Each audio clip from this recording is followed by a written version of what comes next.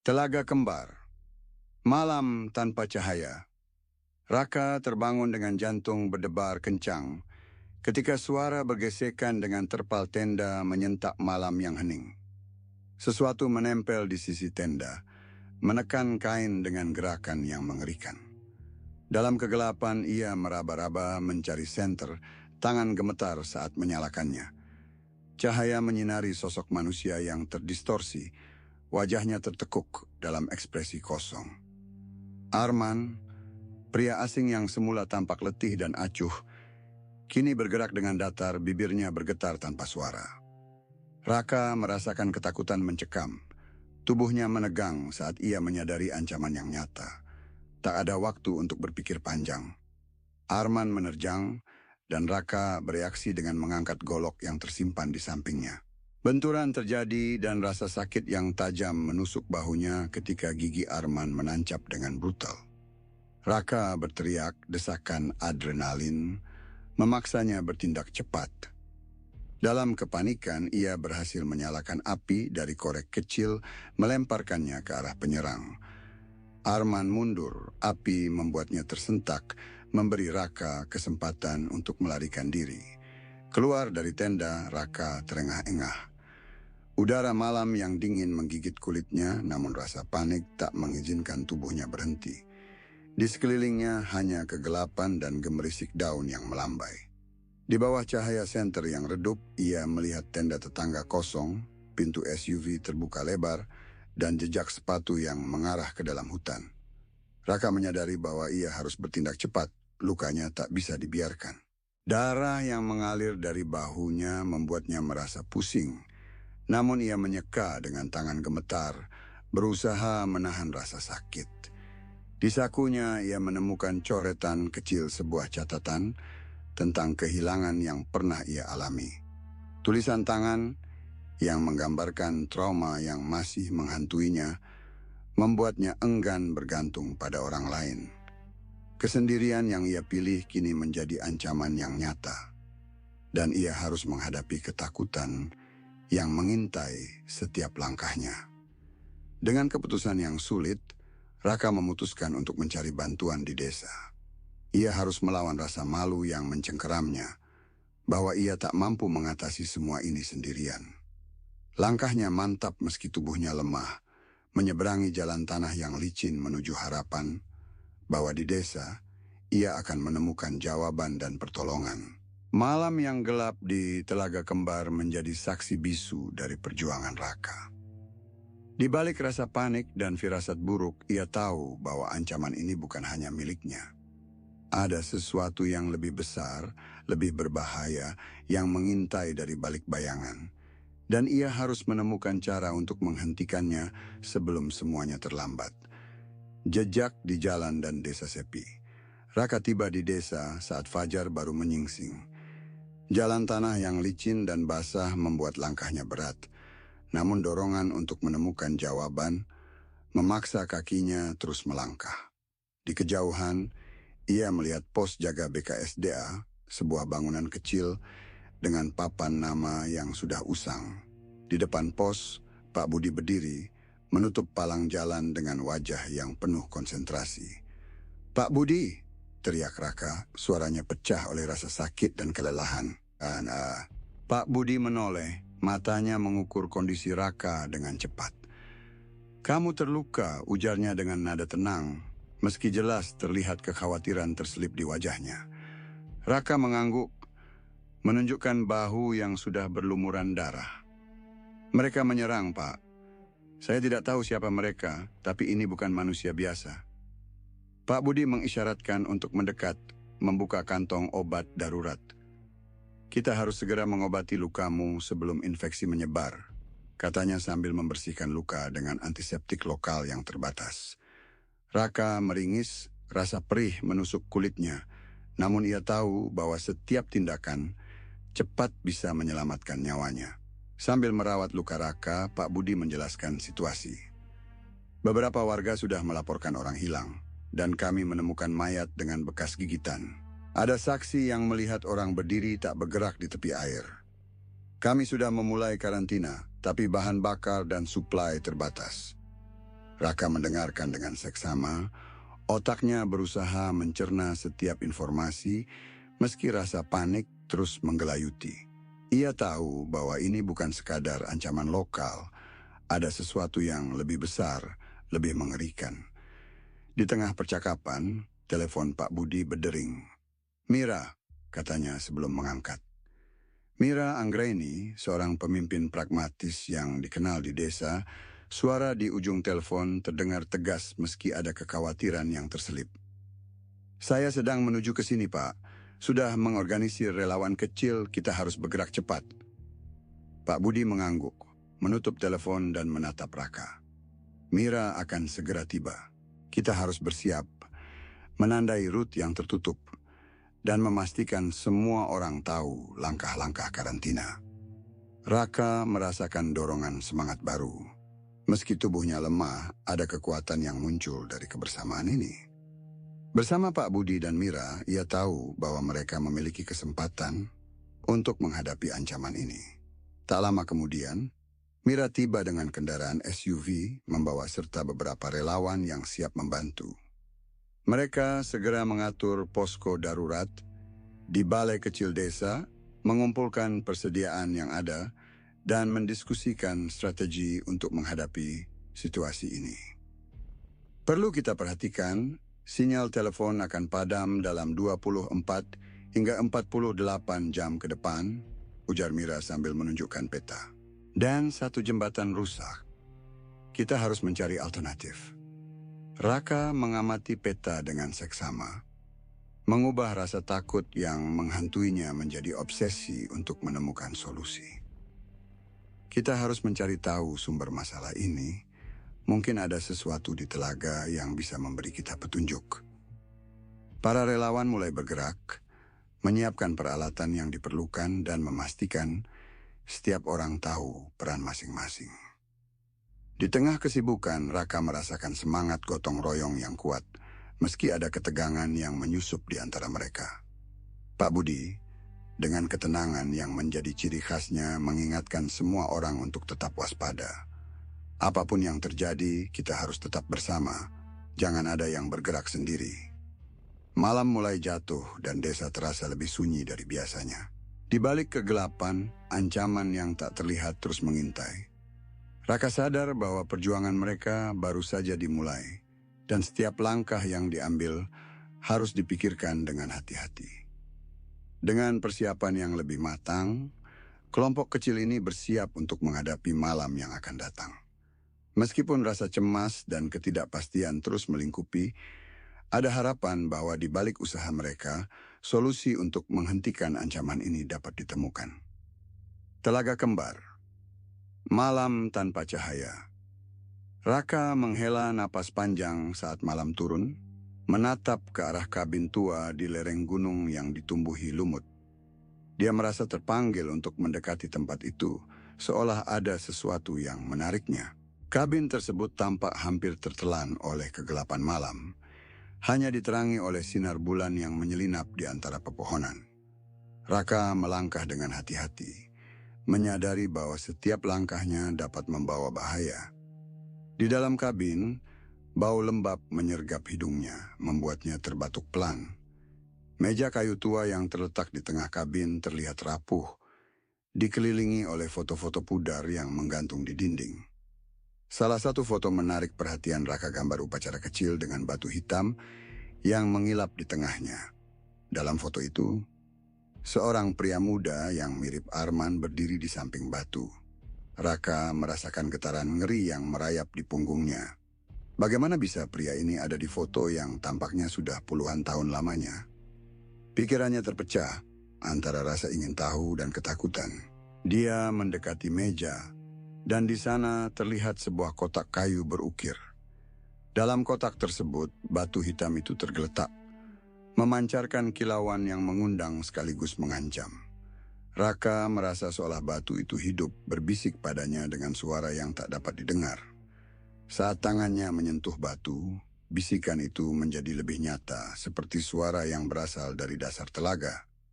Halusinasi singkat mengaburkan pandangannya. Bayangan Arman muncul di sudut ruangan, Matanya kosong dan ekspresi wajahnya datar.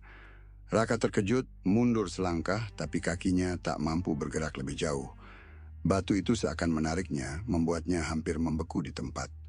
Butiran halus dari batu terlepas, menempel di jari-jari Raka, lalu jatuh ke tanah. Dia tersentak, sadar bahwa sesuatu yang lebih besar dari dirinya sedang terjadi. Bayangan Arman semakin dekat, mengulurkan tangan seolah ingin menangkapnya.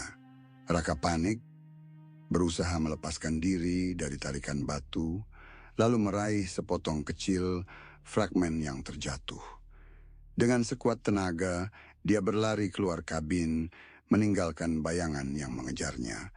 Di luar, udara malam terasa dingin menembus kulit. Raka mengambil napas cepat, mencoba menenangkan diri. Dia memegang fragmen batu erat, sementara pikirannya berkecamuk antara rasionalitas dan ketakutan primordial.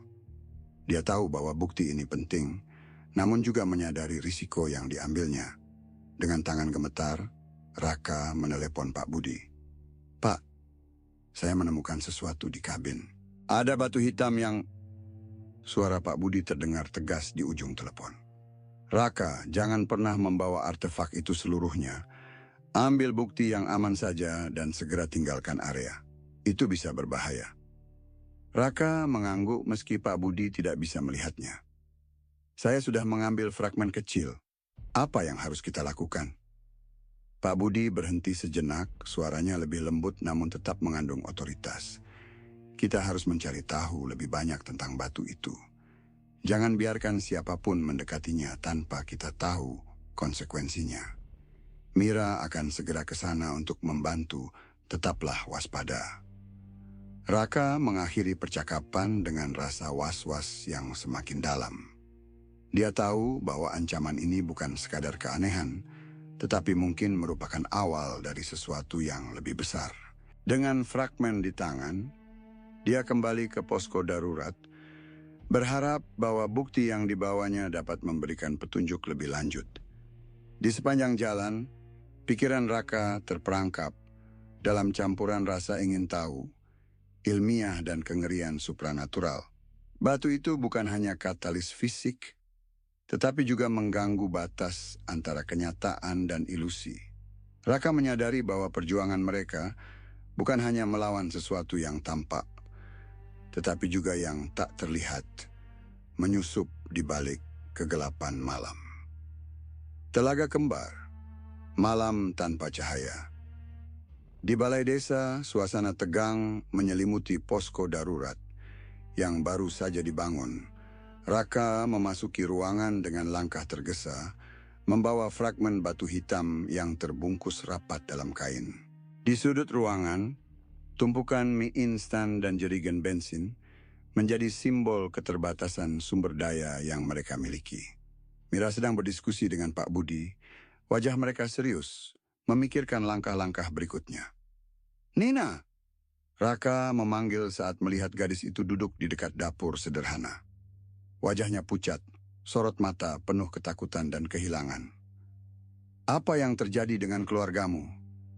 Nina menghela napas, berusaha keras menahan emosinya. "Mereka pergi mencari air di sungai.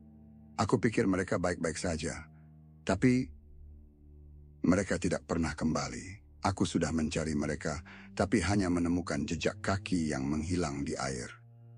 Raka merasakan dorongan kuat untuk memeluk Nina, namun ia menahan diri. "Kita akan menemukan mereka, Nina. Kita akan mencari tahu apa yang sebenarnya terjadi." Di tengah percakapan mereka, seorang warga tiba-tiba menunjukkan gejala demam. Wajahnya memerah, tubuhnya bergetar. Semua mata tertuju padanya saat ia mulai meniru gerakan Raka, membuat suasana semakin mencekam. Pak Budi segera mengambil alih. "Kita perlu memutuskan apakah kita akan mengkarantina dia atau..." Mira dengan nada tegas namun hangat menyela. "Tidak ada yang boleh keluar dari posko. Kita harus memastikan tidak ada yang terinfeksi lebih jauh." Seorang warga lain panik dan ketakutan mencoba kabur dengan motor yang diparkir di luar. Mira berlari mengejarnya, berusaha menghentikan tindakan nekat tersebut. Tunggu, kamu membahayakan kita semua. Konfrontasi terjadi, memicu friksi di antara mereka. Pertanyaan siapa yang layak diselamatkan muncul, menambah ketegangan di posko. Raka, Pak Budi, dan Mira berlatih menandai terduga infeksi, mencoba merencanakan rute evakuasi yang aman. Di tengah diskusi, radio tiba-tiba mengeluarkan suara statis, lalu suara seorang reporter dari desa lain terdengar jelas. Serangan terjadi di desa kami. Ada figur patung yang diam di tepi sungai. Raka merasakan ketegangan menekan dadanya. Mereka harus bertindak cepat. Setelah diskusi panjang dan penuh emosi, keputusan dibuat. Sebagian dari mereka akan berangkat mencari kabin untuk bukti lebih lanjut, sementara yang lain akan bertahan menjaga posko hingga bantuan tiba. Mira mengumpulkan kelompok kecil yang akan pergi ke kabin. Raka, kamu ikut. Kita butuh semua bantuan yang bisa kita dapatkan. Ingat, jangan mendekati batu itu lebih dari perlu. Pak Budi, jaga posko dengan baik. Kita akan kembali sebelum malam. Raka setuju dengan keputusan Mira, meskipun hati kecilnya dipenuhi keraguan. Ketegangan kolektif, putus asa yang lembut, dan dilema moral berat terus menggerayangi mereka. Saat malam semakin larut, mereka meninggalkan posko, berharap bisa menemukan jawaban sebelum semuanya terlambat. Di tengah perjalanan menuju kabin, Raka merasakan campuran emosi yang menghampiri. Marah, kecewa, namun juga harapan kecil bahwa mungkin, hanya mungkin, mereka bisa menghentikan penyebaran ini sebelum terlalu banyak yang hilang.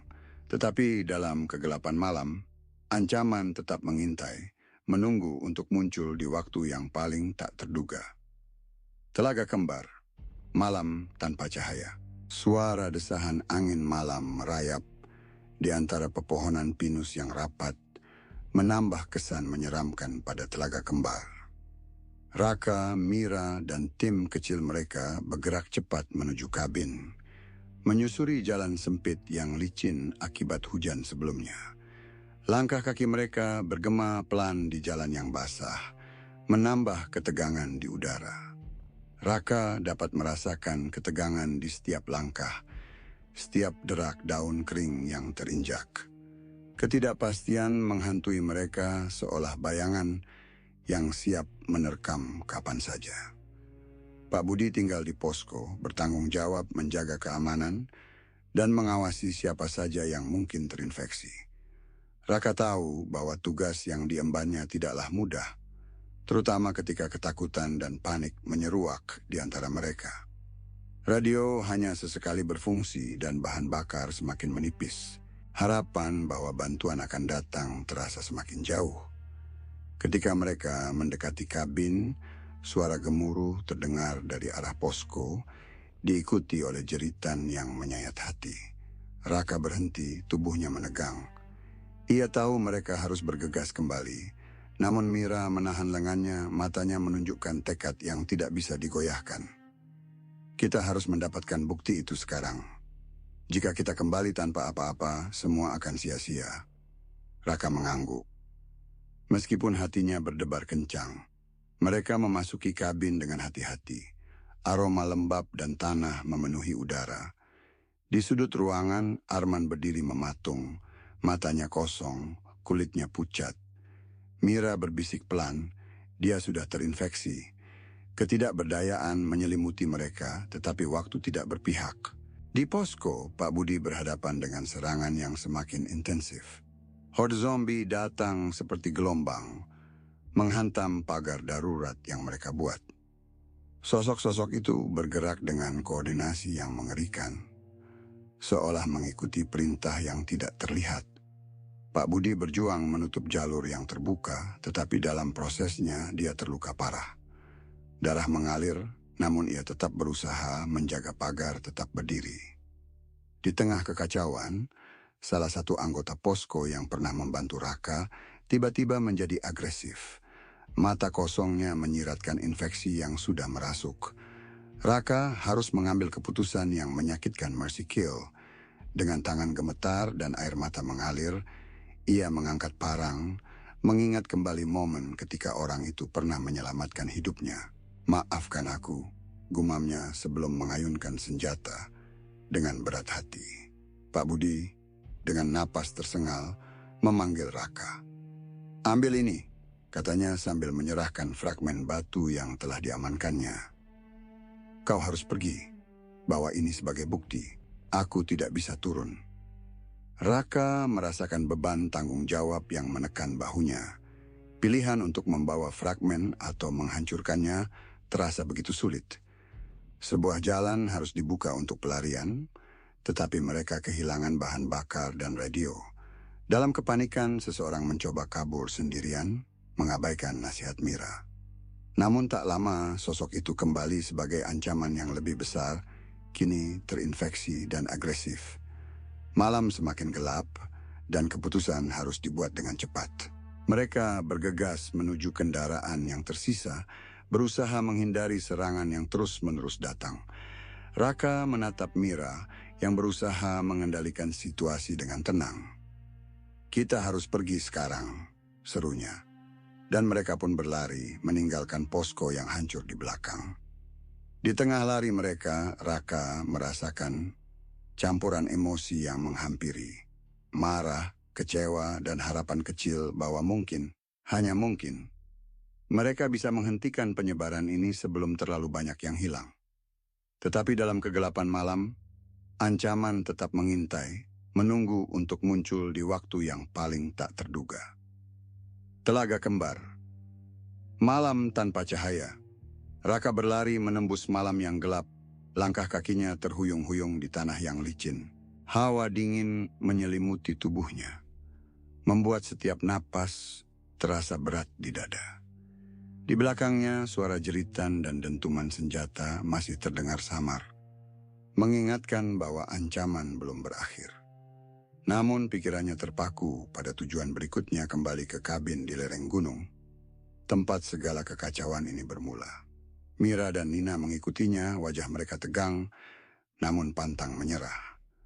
Mereka tahu risiko yang harus dihadapi, dan tekad yang mengalir di antara mereka menjadi kekuatan yang tak terlihat. Raka menggenggam fragmen batu yang diberikan oleh Pak Budi, merasakan permukaannya yang dingin dan kasar. Bisikan yang mengganggu kembali menggema di kepalanya, seolah-olah batu itu berusaha mengendalikan pikirannya. Kabin yang sudah tampak di kejauhan terlihat semakin menyeramkan. Pohon-pohon pinus dan meranti mengelilinginya. Bayangan mereka berayun-ayun dalam angin malam. Raka berhenti sejenak, mengatur napas sambil menatap Mira. "Ini mungkin kesempatan terakhir kita. Kita harus menghancurkan pola yang ada di batu ini," ucapnya dengan suara bergetar. Mira mengangguk. Dan tanpa banyak bicara, mereka bergerak menuju kabin. Pintu kayu terbuka perlahan, berderit pelan seolah mengeluh atas beban yang harus ditanggung. Di dalam, suasana terasa hening dan penuh ketegangan. Raka mengeluarkan alat seadanya, palu kecil, botol bensin, dan kamera telepon. Kabin yang dulu sederhana kini terasa seperti medan pertempuran, tempat di mana keputusan besar harus diambil. Di tengah ruangan, batu hitam itu tergeletak diam, memancarkan pola abstrak yang tampak menenangkan, namun berbahaya. Raka mendekatinya dengan langkah hati-hati. Bisikan semakin kuat, hampir melenyapkan pikiran rasional. Ia memejamkan mata, berusaha mengabaikan godaan yang merayap di benaknya. Dengan tangan gemetar, ia mengangkat palu, siap menghancurkan inti pola yang memancarkan pengaruh memetik itu. Satu hentakan kuat menghancurkan bagian permukaan batu. Pola visual yang memukau itu terpecah, menghilang dalam serpihan kecil yang berterbangan. Raka menghirup napas dalam, merasakan beban yang sedikit terangkat dari pundaknya. Namun ia tahu bahwa ini bukanlah akhir. Serpihan dan kontaminan sudah menyebar ke lingkungan, mencemari rantai air dan permukaan tanah. "Mira, kita harus membakar sebagian kabin ini," ucap Raka dengan suara tegas. Mira dengan kewaspadaan yang sama membantu menyiram bensin ke beberapa sudut. Api menyala perlahan, memakan struktur kayu yang rapuh.